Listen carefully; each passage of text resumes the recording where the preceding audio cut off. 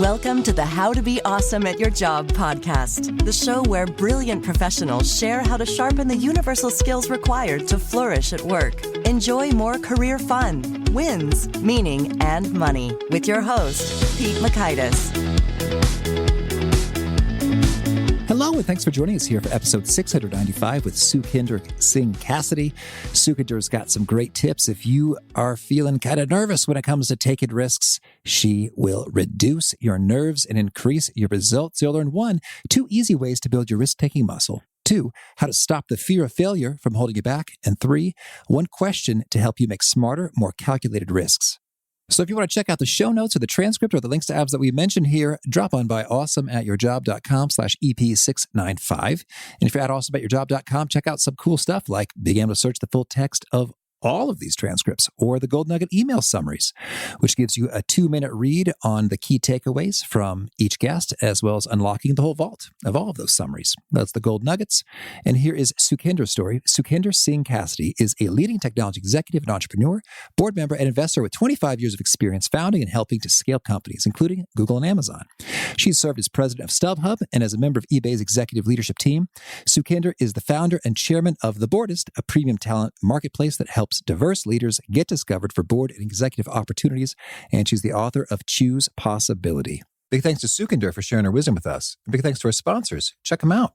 One sponsor to check out is Storyworth. Whenever I'm thinking about meaningful Father's Day gifts, Storyworth leaps to mind. Storyworth helps you preserve precious memories and stories from your father for years to come. Each week, Storyworth emails your loved ones a thought-provoking question that you get to help pick, such as, what's the bravest thing you've ever done? I personally love the prompt so much that I have refreshed Storyworth's questions page many times looking for more. Storyworth makes the writing process super quick and easy. All your loved one needs to do is respond to that email with a story, and then you get a quick copy of that. And after a year of this fun, Storyworth compiles your loved one's stories and photos into a beautiful keepsake hardcover book that you'll be able to share and revisit for generations to come. Families love Storyworth so much, they've got 25,000 5-star reviews on Trustpilot and have millions of stories preserved. So give all the fathers in your life a unique, heartfelt gift they'll all cherish for years. Storyworth. Right now, you can save $10 on your first purchase when you go to storyworth.com/awesome. That's storyworth.com/awesome to save $10 on your first purchase. And big thanks to our sponsor, Acorns. Acorns makes it easy to start automatically saving and investing for your future. You don't need a lot of money or expertise to invest with Acorns. In fact, you can get started with just your spare change. Acorns recommends an expert-built portfolio that fits you and your money goals, then automatically invests your money for you. NerdWallet.com, whom I love on these sorts of matters, gives Acorns a whopping 4.7 stars and says, quote, if you want to make the most of your spare change, there's no better place to do that than Acorns. Head to acorns.com/awesome or download the Acorns app to start saving and investing for your future today. And we got a legal disclaimer here. It may not be representative of all clients. Tier 1 compensation provided. Compensation provides an incentive to positively promote Acorns. View important disclosures at acorns.com/awesome. Investing involves risk, including the loss of principal. Please consider your objectives, risk tolerance, and Acorns' fees before investing. Acorns Advisors LLC, Acorns, is an SEC-registered investment advisor. Brokerage services are provided to clients of Acorns by Acorns Securities LLC, member FINRA/SIPC. For more information, visit acorns.com.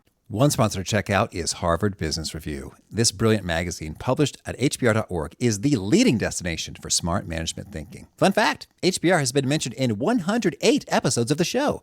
That's because HBR has great stuff that comes up often. They've got explainer videos, podcasts, real-world case studies, and much more. I think of HBR each night that I put on my special orange glasses. Their article, Will Blue Light Glasses Improve Your Sleep?, revealed that those who wore them reported better sleep and a 7% improvement in work performance as compared to those who wore the sham glasses. So I cite HBR anytime anyone tells me that I look silly wearing them. Now, much of HBR's content is available for free when you sign up at their site. Subscriptions that get you unlimited content cost $10 a month. If you visit hbr.org/subscriptions and enter the promo code AWESOME, you can save 10% off of that subscription. Again, to save 10% off of your HBR subscription, go to www.hbr.org/subscriptions and enter the promo code AWESOME. Now, here's Sukhinder. Sukhinder, thanks for joining us here on the How to Be Awesome at Your Job podcast. Thank you for having me. Well, I'm so excited to dig into your perspectives associated with your book, Choose Possibility. Can you tell us what's the big idea here? The big idea is that we all have a rather terrible relationship with risk-taking and a rather, I would say, ill-conceived view of what risk really looks like. And so the book was written to help us reframe risk for what it is, really the pursuit of possibility, and offer really pragmatic ways to rethink how you approach risk-taking in order for you to be able to unlock more of its benefits. Well, I'll tell you right away, the pursuit of possibility feels a lot better than the word risk, just in the gut as you feel the words side by side and their valence. So very cool. Now, your own career has had some interesting possibilities and risks and wild successes and disappointments. Can you give us a little bit of you for some of the wildest rides and how you've thought about risk and what happened for you? Sure. Well, as you noted, I consider myself someone who has taken hundreds of risks in my career. I have been at large companies when they were growing, like Amazon and Google. I've been CEO of large companies like StubHub, but I've also started 3 of my own, been an early stage investor, mid-stage investor, a late-stage investor, a board member at startups, a board member at large public companies. And so I feel like I've navigated and traversed risk-taking throughout my career. And if you said sort of what are some of the wildest rides, well, they include quitting my job as a president at Google when I was arguably among the top 15 executives in the company and going to a startup as a CEO and honestly having it fail ferociously as a career move within 6 months, only to have to figure out how to recover and navigate my way to my next career choice and ultimately find the unlock for myself in terms of the rewards I took for the risks I took. As you can imagine, that career left me feeling like risk-taking is not what people think it is. And the reward relationship with risk is anything but linear, which is how we tend to conceive it. Well, I absolutely wanted to ask about that specific point. So let's roll with it. So the risk-reward relationship is not linear. What does it look like? I think of the relationship between risk-taking and reward as not only nonlinear, but in some ways very circuitous. And so let me explain what I mean. When we make a move, any move or take any choice, I bet you we're looking for not just one reward, but multiple rewards. We might be making a career choice that we're hoping will fulfill us financially, that we're hoping will sort of unlock some outsized career win, like a title change or a step up in responsibilities, and maybe brings us a lot of personal happiness. So like we're making a move that has effectively 3 choices within it that we're trying to optimize for. Yet when it comes to sort of how things unfold as we execute our way through a choice we've made, the reality is we're measuring it on these 3 different choices or goals we have, and we won't get the results all at the same time, right? We won't maybe figure out if it's going to be a financial win for several years. We may figure out if it's a happiness win within a year. We may or may not achieve the career ambition we wanted in terms of title. And so when you think about all the reasons we take the risk to begin with, the rewards don't unfold in sequence. They don't unfold at the same time. And each reward may have its own relationship to our execution or to the factors that are entirely outside of our control on whether or not we sort of achieve what we originally intended against that specific goal. So when I say it's nonlinear, I mean that it unfolds at various points in time. Big and little risks don't correlate to the size of the ultimate reward. And so you look at the whole thing and you say, gosh, like whatever you imagined going in, you may or may not achieve it going out.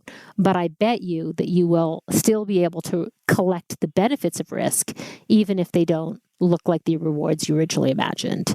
And I think that is the key, right? How you take risk and make sure that if it's a nonlinear and circuitous relationship, you can still gain benefit from the risks you take and understand what the relationships and the benefits might be every time you take a risk, even if it's not the ones you originally imagined.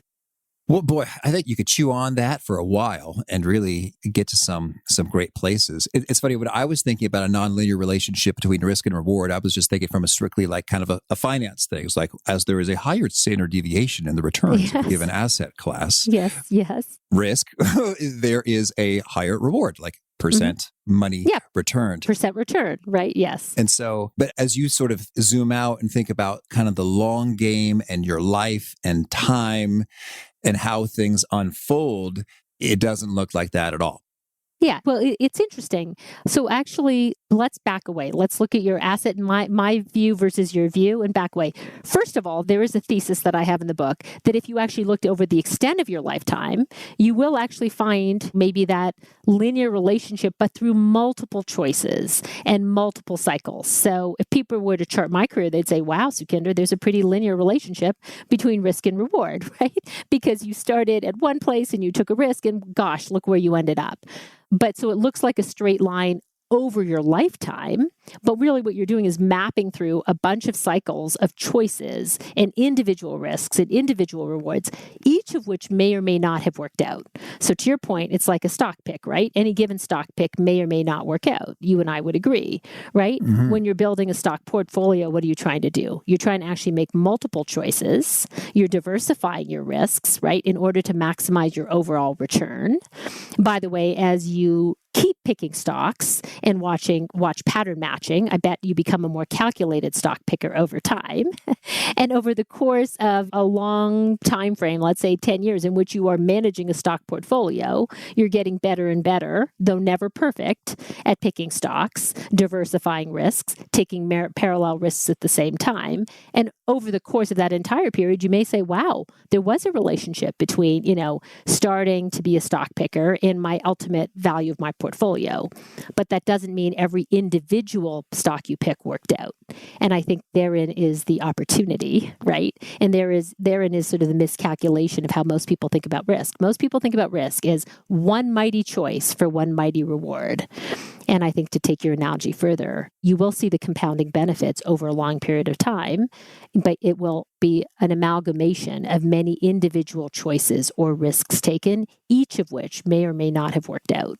That's why I think risk-taking has to become a skill rather than a single event we imagine. Mm-hmm. So think about risk-taking as a skill. How do you recommend we go about getting better at the skill of risk-taking?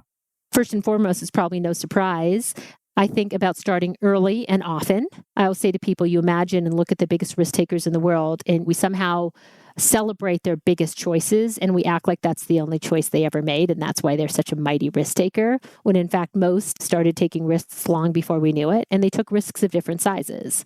So if I was to say to you, how did you become good at managing your portfolio or whatever it is you're doing, I bet that it started by doing it early and often. So I say to people, first and foremost, find reasons to take risk in your everyday life, in your everyday career. And most people will say, well, I took a risk. I made this choice to go into this career. I took a right turn and decided to join a startup. Okay, well, that's one risk, but we have opportunities to take risks every day.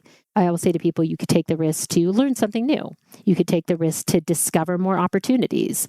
You could take the risk certainly to achieve an outsized ambition, or you could take a risk to avoid harm, right? Those are 4 different reasons we might have to take risks every day.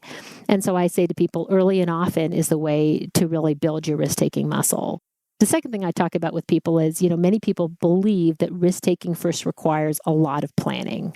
I don't know. Have you ever seen this, Pete? The person who plans a lot and plans judiciously and plans in great detail before they ever take a risk, right? Because we think the more perfect our plans, the better our risk-taking will be and the more we can control the outcome. And one of the other pieces of advice I say to people when they're trying to get going and just start to take risks is, hey, as opposed to the perfect plan from afar, spend less time planning, create a rough plan, and then the most important thing you can do is get proximate to the choices you're thinking about making or the risks you're thinking about taking. If you're thinking about taking a risk to be an entrepreneur and you're in a big company, one of the best ways to do it might first and foremost be get proximate to people who are entrepreneurs. Learn what it looks like to be an entrepreneur. Get proximate by joining a startup, like become an apprentice before you make a final choice. And so I think people presume that risk-taking requires a perfect plan. And instead, I kind of advocate for a rough plan, what I call a whiteboard plan. What's the direction in which you want to head? And before you make your choice, take the little risks to get proximate and closer to the opportunities you seek and learn before making your final choice. Now we're using the phrase take risk a lot. So let's get clear with definitions, shall we? When you say take a risk, what precisely do we mean by that?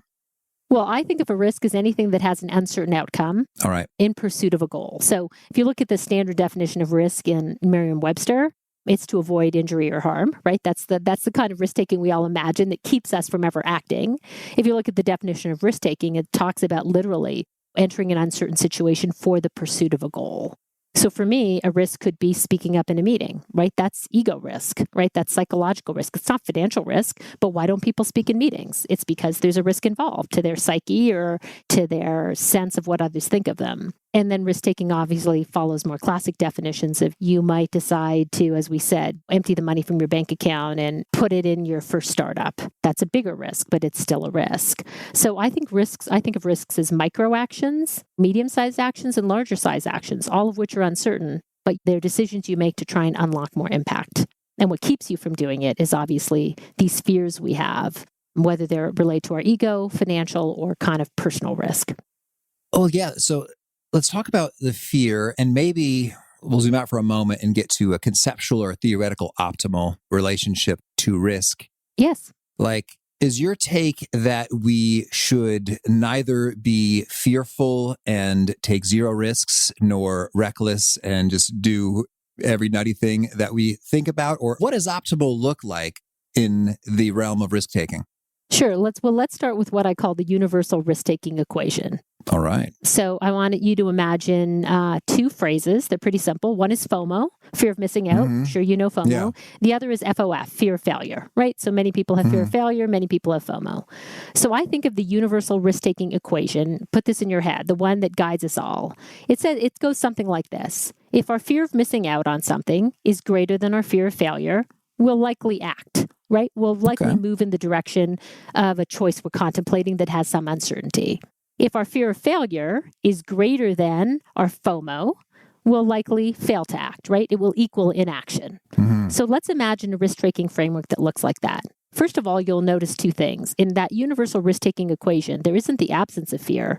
There are actually two fears that we are managing at any point in time, right? Our fear of missing out, which is a kind of what we would all think of as a positive fear. It's the fear that induces us to act, and this fear of failure.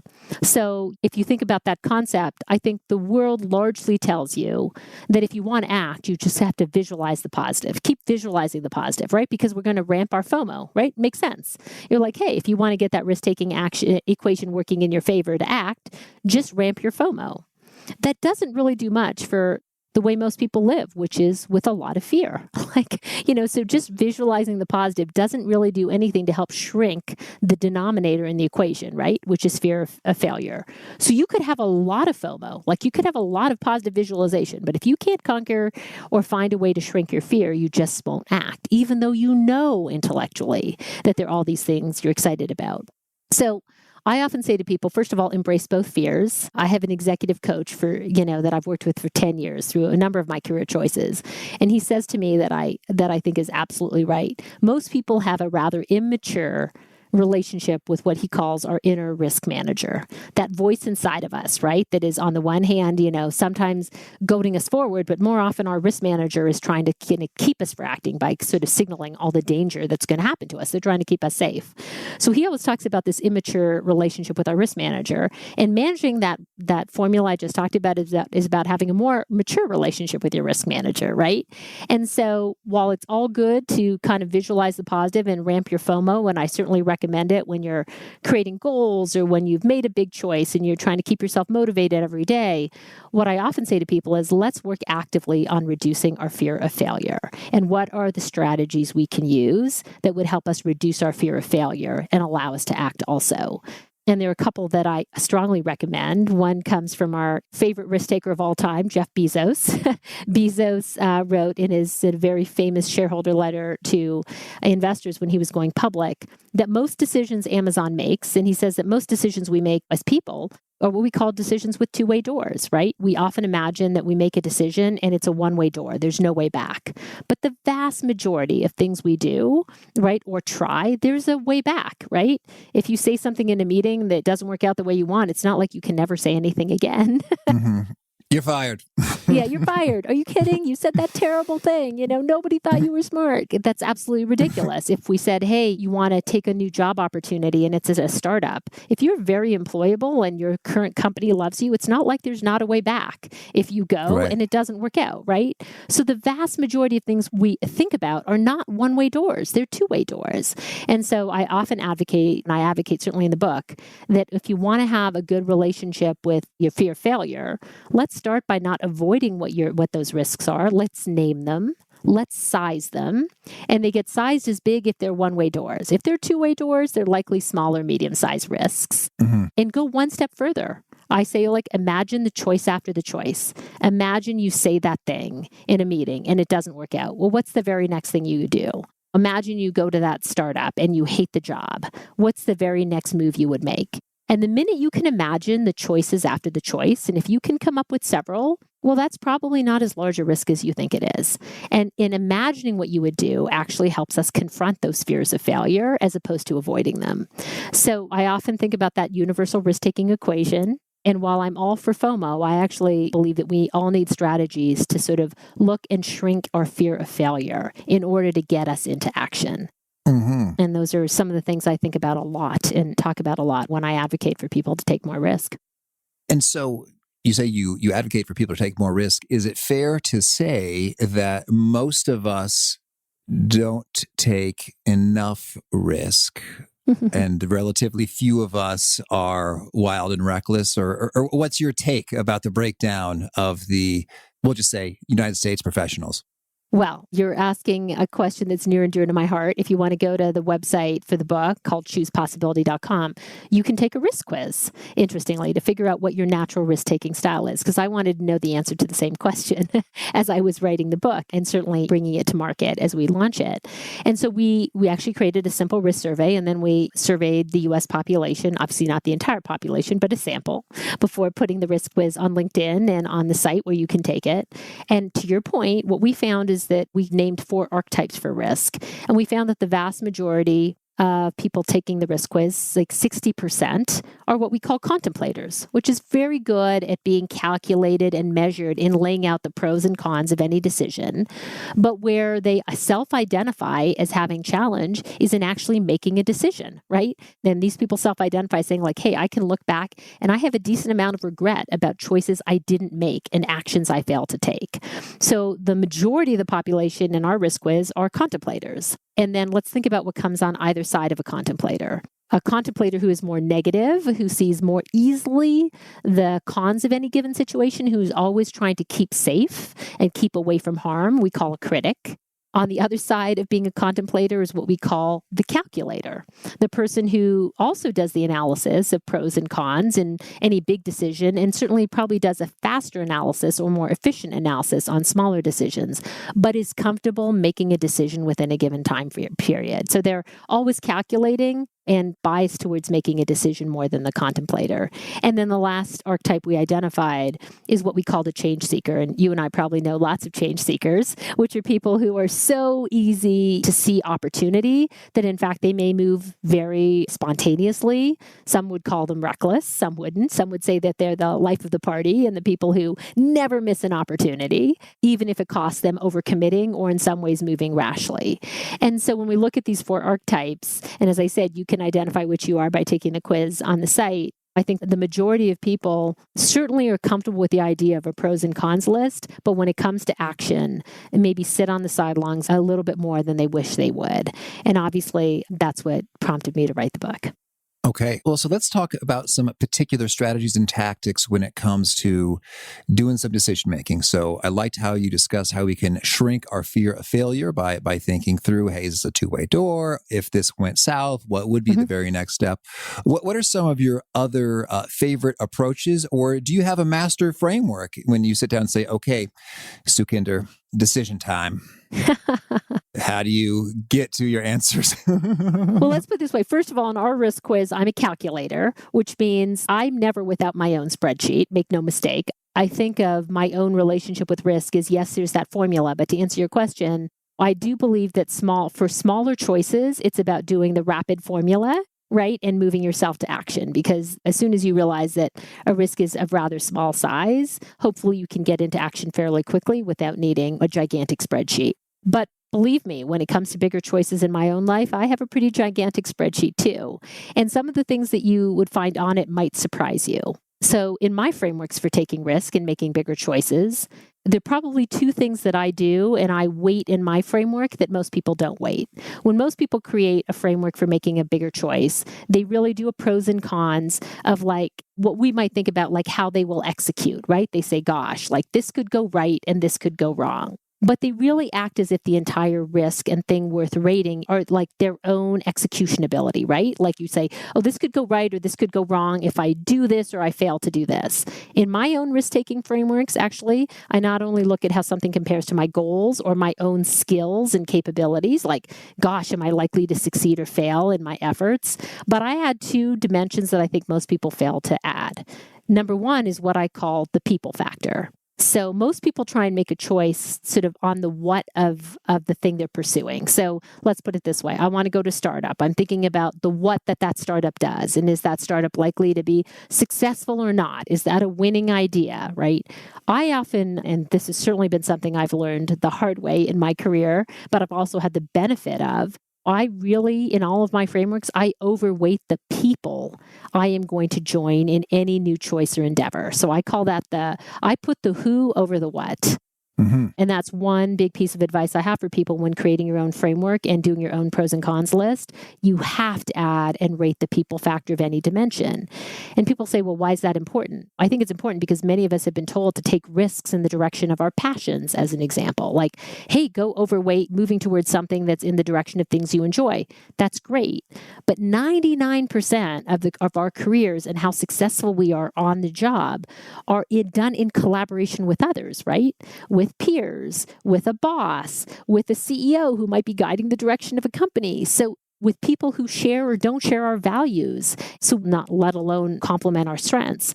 And so when I overweight the people, what I'm really overweighting is like, hey, I'll get to have fun in my job or do the things I'm passionate about or good at, dependent on the people I go to work with every day. And if I go to work with extraordinary people, people who have skills I seek to acquire, or people whose values fit my own, there's a far better chance that I'm going to enjoy the day-to-day of my job and do my best work.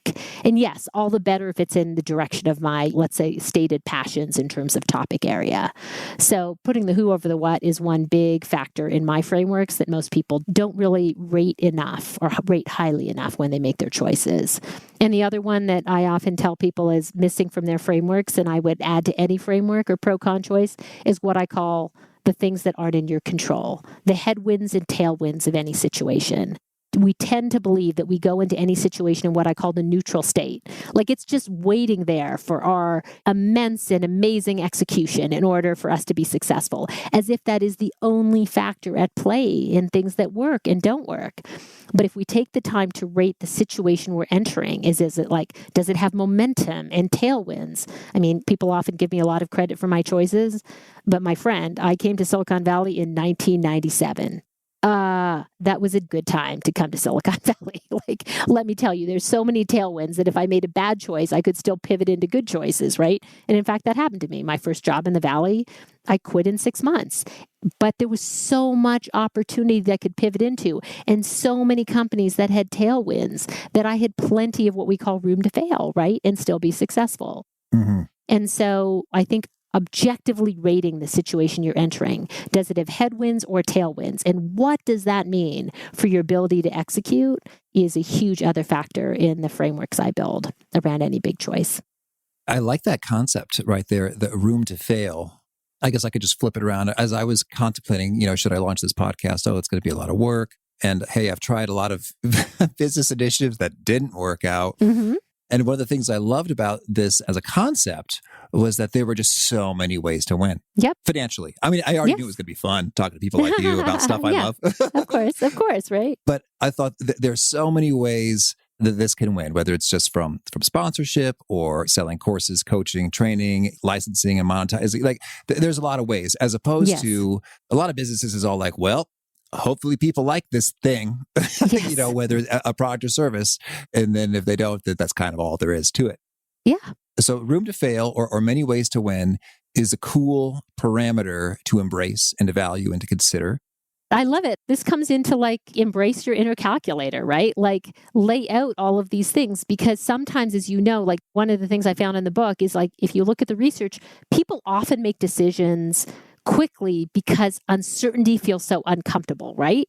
But when you lay out all of these paths, as you said, all the ways your podcast could monetize, right? Like you're not only ramping your FOMO, you're also in many ways like dealing with your fear of failure, right? You're saying, oh my goodness, here are like the 3 ways. If this one doesn't work, this one could work. If this one doesn't work, this one could work.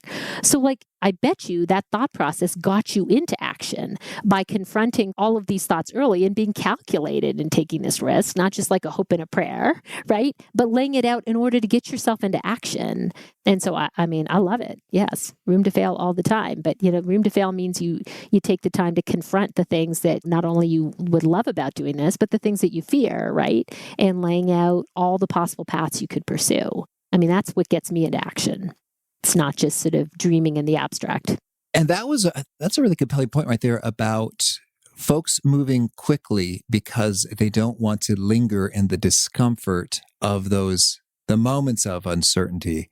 Yes. I think there's some real wisdom there. And so any pro tips with regard to if folks are in a position who's like, I've just been thinking about this too long. How do you recommend calming the system and, or maybe just in general, like when emotions are running hot, like to get back to a place of calm, wise rationality? Well, I'll tell you what I do, because I certainly love to act, and I'm somebody who makes decisions, relatively speaking, fast. But when it is a weighty decision, or when there is something bothering me, the first thing I do when something is like what I'm like prompted to act quickly, almost too quickly, and I feel myself becoming reckless, is I try and step back and ask myself, what am I trying to solve? And often what reveals itself is that there is not a one-stepper, but a two-stepper. So first of all, when we're feeling anxious, it's because something in our current situation is maybe feeling threatening or negative to us, right? People who like, let's say, take the first job offer they get. And you say, like, well, why are you going to jump into that job? Like, just step back. What are you trying to solve? And when you ask yourself the question, what are you trying to solve in making the decision now? Usually what you find is you're trying to solve in a one-stepper something that's effectively a two-stepper. So what do I mean by that? Let's say your current job sucks. Like you're fighting with your boss. So the first job that comes up, like you're like, I'm going to take that. Like that's the one. Like I'm saying yes on Monday. I would say like, okay, figure out why you want to say yes on Monday. And before you say yes on Monday, figure out what you're trying to solve. So first of all, you're trying to solve your current discomfort at work. That might involve going in on Monday and having an honest conversation with your boss about something that's not going right. That is a distinct decision and risk to take from the risk of what job to go to next, right? That's the twofer. Like, number 1, solve the current discomfort. Number 2, then decide if you were in quote unquote a neutral state and trying to like pick the best possible job choice. Would you pick this one? Or would you now take the time, having solved your immediate discomfort, to go lay out 5 job choices? Because maybe you're going to find one that's even better. And certainly I say to people like, step back, figure out what you're trying to solve. And if it's a twofer, lay out your 2 independent goals because they may be solved separately. Right. And that allows you then, my friend, to set up the next choice, right? That next possibility. And I'm not like, hey, go live forever in uncertainty. Then I'm more in the like, hey, if you were in a neutral place, maybe you would have the time to go figure out the 3 jobs that would be your dream job. Go have 2 more conversations and set yourself a time frame to still make the decision. But it doesn't need to be yesterday. Well, I think that is an insight that's applicable in many circumstances, that this isn't a one giant leap, but rather maybe 2 or 3 or 4 steps. You got it. And components. And in asking that question, what are you trying to solve? You can see that and take appropriate action. And what's fun is that you may feel all the more empowered and emboldened and equipped to have that conversation with boss.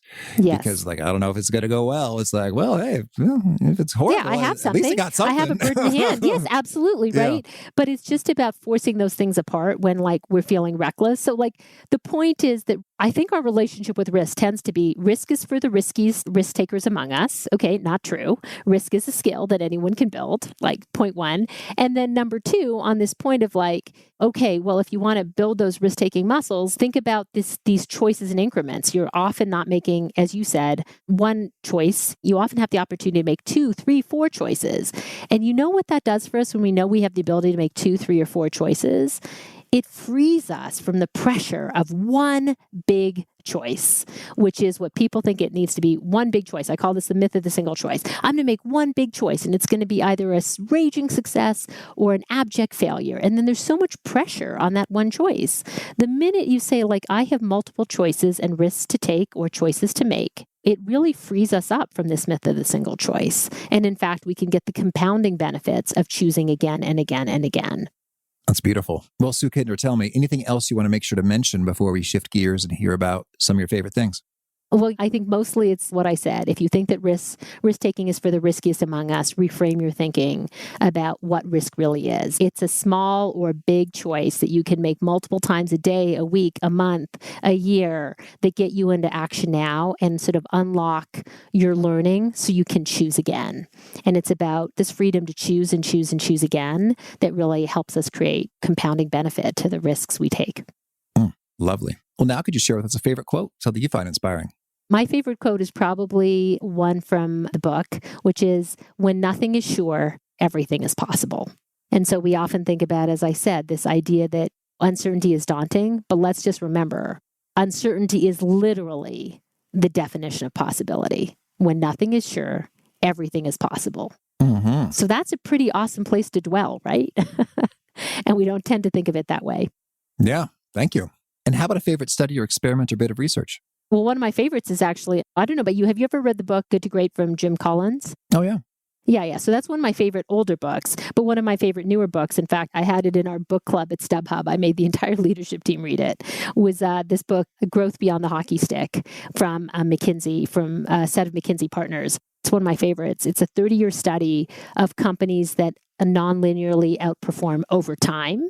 And what it really finds, which I think is so fun, is it sort of reinforces or validates through data the research that the companies most prone to failure over a long period of time are companies that fail to take any move, rather than companies that made multiple moves, some of which were wrong, actually have a much better chance of what McKinsey calls moving up the power curve to become nonlinear, outsized successes over time in terms of shareholder returns. So failing to move is far more likely to have you what we call go, whereas making multiple moves imperfectly is far more likely to get you to grow.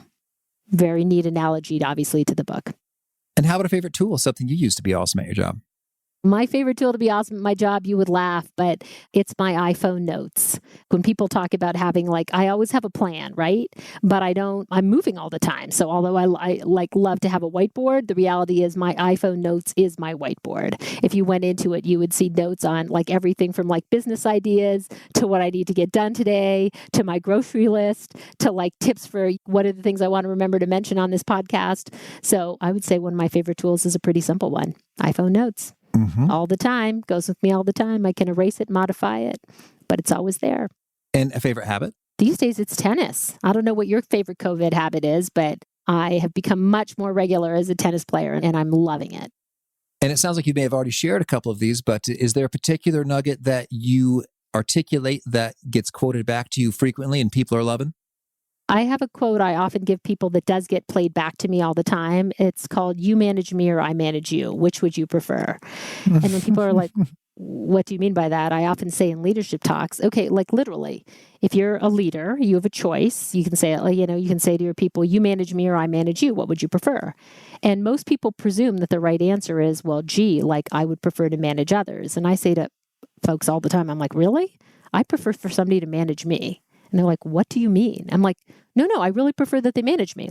I'm a CEO, right? So if you walk into my office and expect to be managed, and I'm an opinionated person, there's a pretty good chance I'm just going to spit out whatever's in my head and tell you to do it. That doesn't mean it's the right answer, right?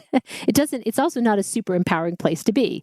So if you presume that my job is to manage you, that's not a particularly fun place to be. Now let's reverse it. Now if I say gosh, your job is to manage me, that means you likely walk into a meeting with me with an agenda of your own. Yeah. You take control of the conversation. You probably have a problem and a solution you'd like to propose. You've thought it out. You lay it out. Now, guess what that means for me as your leader or manager? It means that I get to have a really highly leveraged interaction with you where you've clearly thought it through. You get to lay out your vision. I get to respond to it and add to it my vision and my insights. And then you will leave out my office in 10 minutes versus an hour. You're feeling super empowered. And guess what? I'm feeling pretty leveraged. And we both go on to have a better day. So I always say to people, like, reverse your thinking on management. If you think the purpose of management is for you to manage down to others, imagine what life looks like when you ask people to manage up to you, what it looks like for them and what it looks like for you. That, to me, feels like real leverage for both parties. That is a beautiful perspective. And one of my mentors, Victor Chang, in episode 500, he said that that's how he would approach his conversations with new direct reports. He'd say, so he's the boss. Yes. I work for you. Here's how it works. You tell me what you need, what resources, what decisions I need to provide to you so that you can do your best work. And then that's what I'm going to do. And I'm going to get out of your way and we're going to have great things happen. And it's sort of a reframe, but it is lovely. I could tell you with employees, it is refreshing and wonderful for all of us when they say, hey, Pete, here's what I need from you. I was like, okay, cool. Well, hey, you got it. Is that it? Oh, that was quick. It's awesome, right? It's quick and efficient. Now, make no mistake, your friend sounds pretty graceful and patient. My problem is I'm actually impatient and fairly opinionated. So I would say to people, the problem is if you walk in with a blank sheet, you're far more likely to walk out with my sheet. And I'm not sure that's a good thing. It may or may not be, right? Yeah. But the problem is I always have something to say. So I would much rather you come in with what you have to say, because that is a fun place for me to be as well. And sometimes personalities like mine, like, you definitely don't want to be walking out just presuming that because I have an opinion, it's always the right one. What I really love to do is get into an interaction with someone, which is quick, efficient, highly leveraged, and fun because we're both learning something from it. And if folks want to learn more or get in touch, where would you point them? Well, you can always find me on LinkedIn, just at Sukhinder Singh Cassidy. You can find me on Twitter, but honestly, I hang out more on LinkedIn because it's a fun place to have career conversations with folks. And certainly, if you are so inspired, you can always pre-order the book, Choose Possibility, on the website. And it comes out August 17th. And do you have a final challenge or call to action for folks looking to be awesome at their jobs? I would say my call to action is take the risk quiz, but more importantly, understand that it doesn't matter what your natural style is. Every single one of us can be what I call a chooser. And so my call to action is be a chooser, like, versus kicking the can down the road. Make the little choices today that unlock incremental possibility. Well, Sukhinder, thank you for this. This is a real treat, and I wish you lots of luck in all your possibilities. Well, thanks so much. Thanks for having me. I really appreciated Sukhinder's take that most things that we think about and choose are not one-way doors. They're not irrevocable, permanent decisions, but rather they're two-way doors. And you can try it out. If it doesn't work out, there may be a little bit of difficulty to backtrack it, but it's not impossible. So I found that useful and reassuring in the midst of stressful decisions about risky potential things. So great stuff from Sukhinder. Again, the show notes, the transcript, the links to as we've referenced are at awesomeatyourjob.com/EP695.